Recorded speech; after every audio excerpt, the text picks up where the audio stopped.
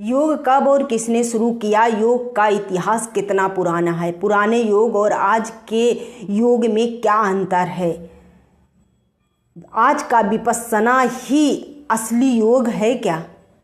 इस वीडियो में योग के इतिहास के बारे में डिटेल से चर्चा करूंगी। बने रहिए वीडियो में।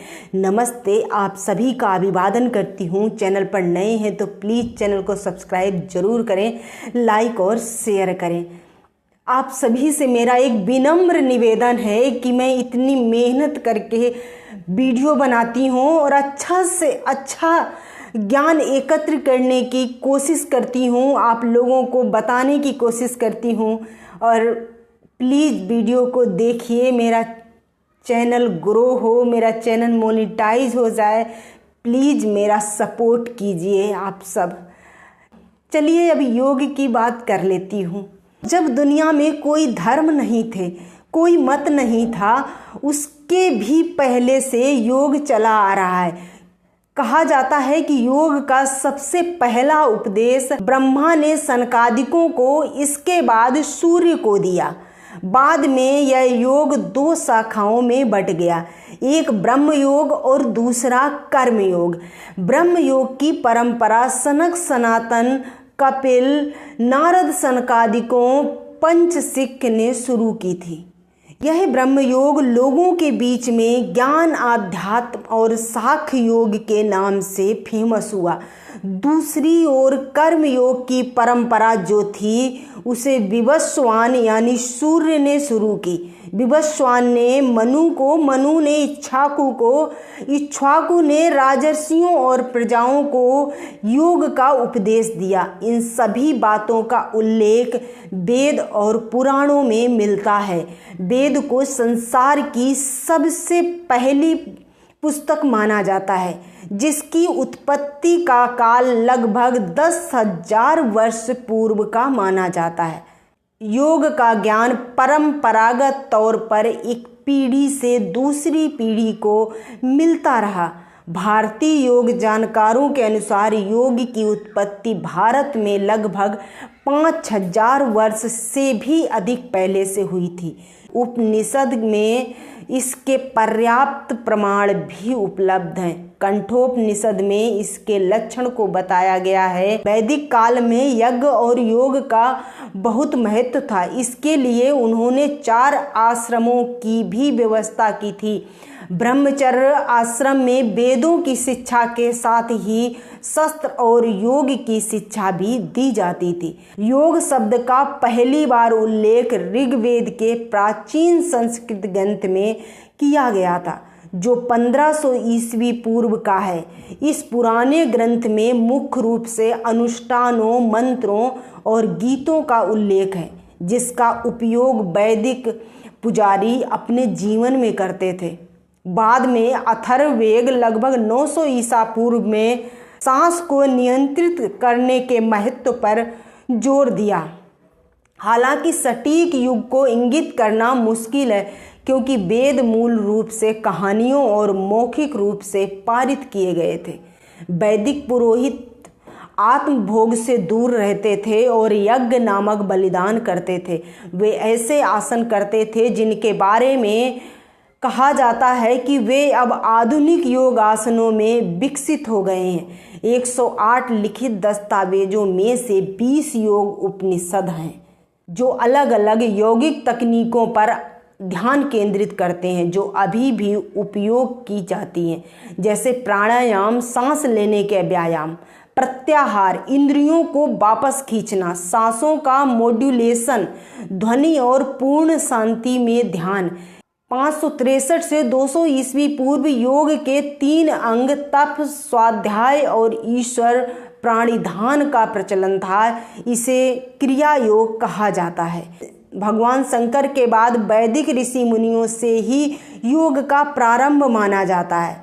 बाद में श्री कृष्ण, स्वामी महावीर जैन और भगवान बुद्ध ने इसे अपनी तरह से विस्तार दिया। जैन और बौद्ध जागरण और उत्थान काल के दौर में यम और नियम के अंगों पर जोर दिया जाने लगा।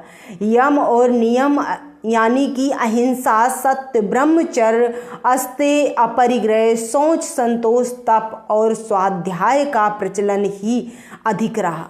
यहाँ तक योग को सुव्यवस्थित रूप नहीं मिला था। भगवान बुद्ध को योग का अध्ययन करने वाले पहले बौद्ध के रूप में जाना जाता है। बौद्ध साहित्य में ध्यान और यौगिक आसनों पर जोर दिया गया जो ज्ञान प्राप्ति में सहायक है। आज जो गौतम बुद्ध का विपश्यना है वही असल में योग है। उनके पंचशील के नियम ही असली योग के अभ्यास हैं। स्वामी महावीर की मदद से जैन धर्म ने भी योग को अपनाया। उन्होंने मोक्ष और मोक्ष प्राप्त करने के लिए ध्यान के महत्व पर जोर दिया। भगवत गीता भगवान कृष्ण और अर्जुन के बीच बातचीत का 700 श्लोकों का संकलन मिलता है जो धर्म, ज्ञान योग, कर्म योग और भक्ति योग के महत्व को समझाता है। इस प्रसिद्ध ग्रंथ में भगवान कृष्ण कहते हैं, समत्वम योग उच्यते, यानी योग एक संतुलित अवस्था है। योग मनुष्य और प्रकृति के बीच एकता के लिए प्रयास करता है या हमें हमारी आनंदमय अवस्था में वापस ले जाता है। पहली दफा 200 ईस्वी पूर्व पतंजलि ने वेद में बिखरी योग विद्या का सही रूप से व्यवस्थित ढंग से वर्गीकरण किया। प्रमाणिक ग्रंथ योग सूत्र 200 ईस्वी पूर्व योग पर लिखा गया पहला सुव्यवस्थित ग्रंथ है। पतंजलि के बाद योग का प्रचलन तेजी से बढ़ा और यौगिक संस्थानों, पीठों तथा आश्रमों का निर्माण होने लगा जिसमें सिर्फ राजयोग की शिक्षा दीक्षा दी जाती थी। इसके बाद पतंजलि ने इसे सुव्यवस्थित रूप दिया। इस रूप को ही आगे चलकर सिद्ध पंथ, शैव पंथ, नाथ पंथ, वैष्णव और शाक्त पंथियों ने अपने अपने तरीके से विस्तारित किया। योग के जनक महर्षि पतंजलि पहले योगी थे। उन्होंने योग के अर्थ और इसके पीछे के वास्तविक उद्देश्य को सही मायने में समझा और अपने योग सूत्र में समझाया है। इसे राजयोग कहा जाता है। योग सूत्र पर पहली टिप्पणी वेद व्यास ने शास्त्रीय काल में लिखी थी। योग दर्शन और शाक्त दर्शन 6 भारतीय दर्शनों में से एक के बीच गहरे संबंधों को उजागर किया। नृत्य और मार्शल आर्ट में इस रूपों को उभारने के लिए योग सूत्रों में लिखी तकनीकों का उपयोग किया गया। शास्त्रीय काल में योग में सचेतना के महत्व पर ध्यान केंद्रित किया गया। इस काल में योग का विकास हुआ। उत्तर शास्त्रीय काल 1700 ईस्वी तक चला। इस काल में अनेक योग शिक्षकों के नाम सामने आए जिन्होंने इस सुंदर सांस्कृतिक कला के विकास की दिशा में काम किया। इनमें से कुछ योगियों में आचार्य त्रय आदि शंकराचार्य, माधवाचार्य, रामानुजाचार्य, मीराबाई और पुरंदरदास शामिल हैं। आदि शंकराचार्य ने अपना समय ज्ञान योग और राजयोग को आगे बढ़ाने में लगाया। उन्होंने अपने जीवन का एक बड़ा हिस्सा योग की संस्कृतियों के विकास और सुधार के लिए समर्पित किया। नकारात्मक विचारों से मन को फ्री करने के लिए ध्यान पर भी जोर दिया गया। तुलसीदास और पुरंदरदास जैसे अन्य योगियों ने योग विज्ञान पर काम किया। शारीरिक आसन और श्वास तकनीकी या हठ योग को लोकप्रिय बनाया गया और आज भी यह व्यापक रूप से प्रसिद्ध है। स्वामी विवेकानंद आधुनिक काल में योग का प्रचार करने वाले प्रमुख योगियों में से एक थे जो 1700 ईस्वी से लेकर अब तक है। इस काल में योग को शारीरिक रूप से मजबूत होने के तरीके के रूप में प्रचारित किया गया। योग की सबसे आश्चर्यजनक खोज 1920 के शुरुआत में हुई। 1920 में पुरातत्व वैज्ञानिकों ने सिंधु सरस्वती सभ्यता को खोजा था जिसमें प्राचीन हिंदू धर्म और योग की परंपरा के सबूत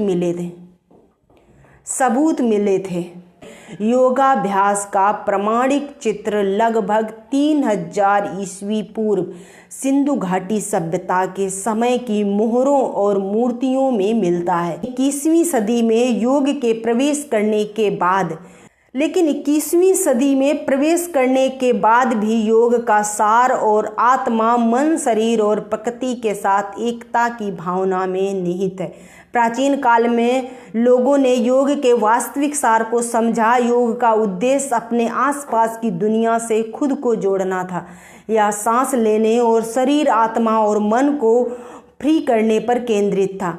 हमारे पूर्वजों ने मानसिक स्वच्छता के महत्व को समझा और निष्कर्ष निकाला कि योग के नियमित अभ्यास से शरीर और आत्मा को अनावश्यक प्रदूषकों से शुद्ध किया जा सकता है।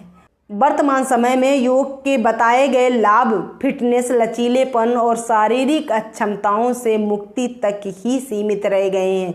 यहाँ पर आत्मा, मन को शांति जैसे शब्द गायब हो गए। योग की असली भावना जो मन और आत्मा की स्वच्छता में निहित थी, जो हमारे पूर्वजों की कब्रों के साथ ही दफन हो गई।